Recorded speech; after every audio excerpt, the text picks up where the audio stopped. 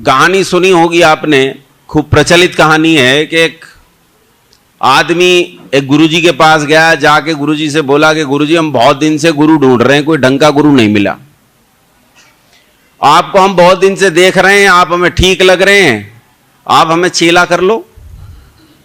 गुरु ने कहा भैया अपना तो धंधा यही है, हम तो काम यही करते हैं, तुम चेला हो जाओ। बोला लेकिन हम ऐसे वैसे चेले नहीं हैं। बोले फिर? बोले हम बड़े वाले हैं, सामान्य नहीं है हम। तो बोले गुरुजी आज कोई बात बताओ बढ़िया सी।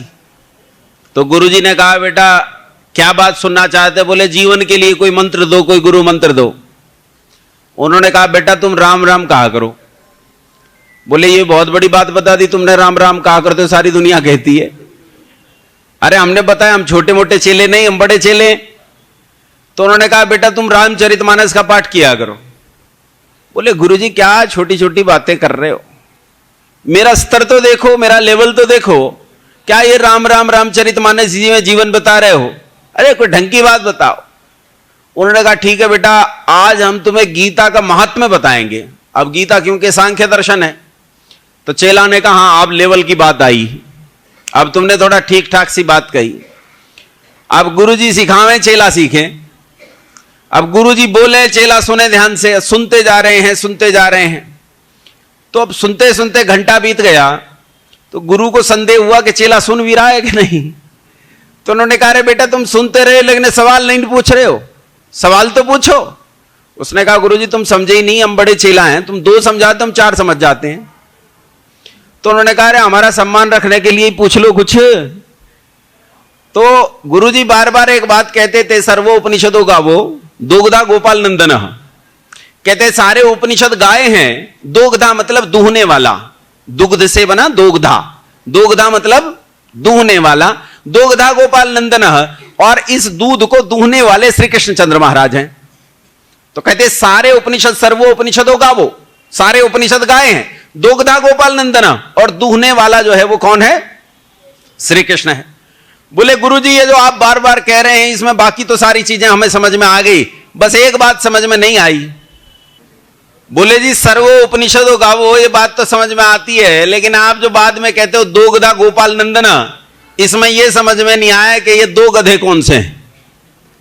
तो गुरुजी बोले बेटा दो गधों में एक तो मैं हूं और एक वो है जो तुझे यहां लेके आया।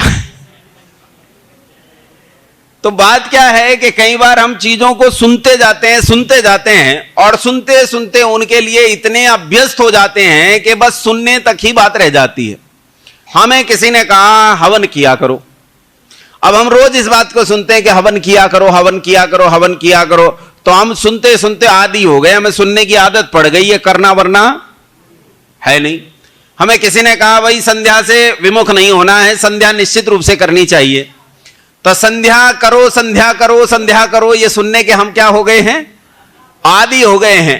या बालकों को जो अध्यापक पीटते हुए कहते हैं उस भाषा में कहूं तो हम चिकने घड़े हो गए हैं, हम पर अब किसी बात का कोई फर्क पड़ने वाला नहीं है। अच्छा पौराणिक लोग हैं, मुसलमान हैं, ये लोग तो अल्लाह से डरते हैं, खुदा से डरते हैं, भगवान से डरते हैं, जहन्नुम से और नरक से डरते हैं। हमारी तो ये चीजें भी खत्म, ना हम जहन्नुम को मानते ना हम नरक को मानते। हमें यह भी पता है भगवान ऐसे उल्टे सीधे दंड नहीं देता है, और जो सीधी सीधी बातें हैं उन्हें हम सुनने के लिए चिकने खड़े हो गए हैं। तो इससे बाहर निकलना पड़ेगा और हमें कम से कम इस स्थिति में जाना पड़ेगा कि इस बार जो मैं सत्संग में आया हूं, इस बार जो मैं आर्य समाज के उत्सव में आया हूं, तो मैंने यहां से क्या सीखा, मैंने यहां से क्या सीखा, ये बहुत जरूरी है। सीखा नहीं तो कुछ नहीं पाया। अभी सुबह मैं कुछ चर्चा कर रहा था तो मिश्र जी मेरे पास आए, बोले आचार्य जी एक बात अटक गई। मैंने कहा वो क्या? बोले अटक ये गई, आपने सुबह ज्ञान की चर्चा की थी, वो ज्ञान शब्द समझ में नहीं आया कि ज्ञान क्या है। तो ज्ञान हमें बताओ कि ज्ञान क्या है, वो नहीं जाने तो कैसे समझ में आएगी बात। तो एक महाभारत की कथा है युधिष्ठिर की, आपने सुनी होगी कि एक दिन गुरुजी ने बालकों को पढ़ाया। जैसे एक प्रधानाचार्य जी होते हैं, उनके नीचे बहुत सारे आचार्य होते हैं, तो आचार्य जी ने बालकों को पढ़ाया, कहा कभी क्रोध नहीं करना चाहिए। सब बालक इस बात को रटकर चले आए और आकर गुरुजी को सुना दिया कि कभी क्रोध नहीं करना चाहिए। युधिष्ठिर नहीं सुना पाए। उन्होंने पूछा तुमने पाठ याद किया? बोले नहीं गुरुजी, अभी मुझे कल का पाठ याद नहीं हुआ। एक और नया पाठ दे दिया गया। अगले दिन सबसे सुना गया तो सबने दोनों पाठ सुना दिए। युधिष्ठिर से पूछा, युधिष्ठिर ने कहा अभी तो पहले ही पाठ पर अटका हूं, वही याद नहीं हुआ तो दूसरा कैसे होगा? वो वहीं अटके रहे। अन्य छात्र नए नए पाठों को सुनाते जाते, लेकिन 10 दिन हो गए, युधिष्ठिर पहले ही पाठ के लिए आकर कह देते कि अभी मुझे पहला ही पाठ याद नहीं हुआ है। अब गुरुजी को क्रोध आ गया। गुरुजी ने कहा कितना ढीठ बालक है, बिल्कुल नहीं पढ़ता। उन्होंने डंडा उठाया और युधिष्ठिर की जमकर पिटाई कर दी। खूब गुस्सा हुए और कहने लगे, नालायक, मैं 10 दिन से एक बात तुझे लगातार बता रहा हूं, तुझे याद नहीं हुई? अब बड़े प्रधानाचार्य जी के पास गए, द्रोणाचार्य जी के पास। उन्हें जाकर कहा कि जी ये रोज याद करने को देता हूं, याद नहीं करता है, बिल्कुल याद नहीं करता है और इसने मुझे परेशान कर रखा है। गुरुजी ने बुलाया, बेटा युधिष्ठिर क्यों याद नहीं करते हो? बोले गुरुजी, रोज गुरुजी पूछते थे कि तूने पढ़ लिया क्या, और मैं रोज देखता था कि वो विद्या मेरे आचरण में आई कि नहीं आई। लेकिन आज जब गुरुजी ने पीटा तो मुझे ये समझ में आ गया कि पहला पाठ तो मुझे याद हो गया कि कभी क्रोध नहीं करना चाहिए। मुझे बिल्कुल क्रोध नहीं आया। वो पीट रहे थे, मैं क्रोध नहीं कर रहा था, मुझे क्रोध नहीं आ गया। तो इसलिए शिक्षा उपदेश जब तक आपके आचरण में नहीं जाए तो उसे सुनने का कोई लाभ नहीं है।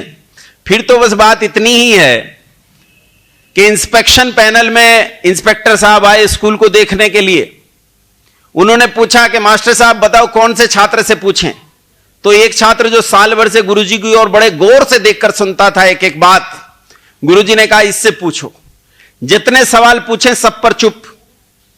मास्टर साहब को बहुत गुस्सा आया।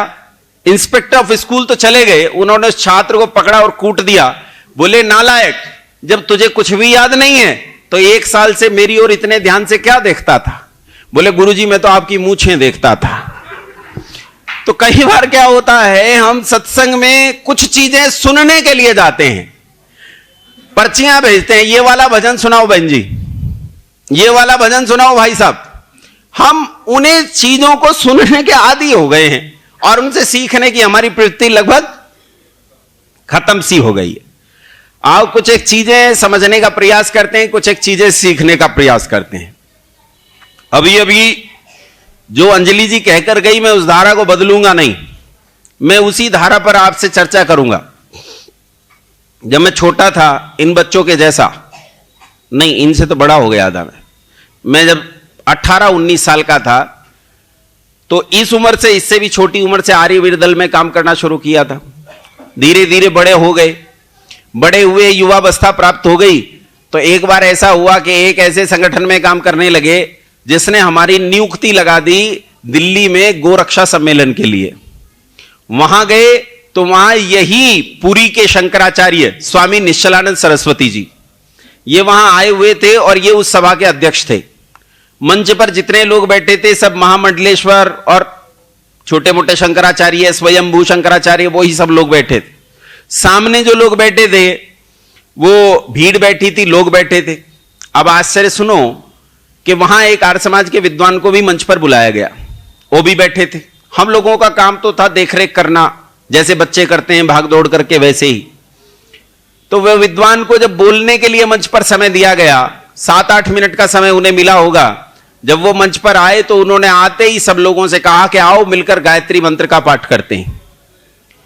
और मंच पर हड़कंप मच गया ये सुनते ही कि सबसे गायत्री मंत्र का पाठ करवाया जा रहा है। संचालक महोदय जो किसी काम के लिए लंबे चौड़े मंच के पीछे चले गए थे, वो दौड़ कर आए और उनके हाथ से उन्होंने माइक छीन लिया। लेकिन जब तक वो माइक छीनते तब तक तो आचार्य जी पूरा वेद मंत्र बुलवा चुके थे लोगों से। और तब उन्होंने मंच पर आकर संचालक महोदय ने आचार्य जी को हटाकर प्रार्थना की, याचना की, भगवान से बहुत क्षमा याचना की। कहा भगवान हमें क्षमा करे, यहां स्त्री और शूद्र भी बैठे हैं और उनके कान में भी ये वेद का मंत्र पड़ गया है, बल्कि उन्होंने साथ साथ बोला भी है, उन्हें भी उनके पाप के लिए भगवान क्षमा करे और हमें भी क्षमा करे। इन्हें पता नहीं था इसलिए इन्होंने ऐसा कर दिया। हम आज भी ऐसे समाज में जी रहे हैं। ये ज्यादा पुरानी बात नहीं है, ये 2009 की बात है, अभी 24 चल रहा है।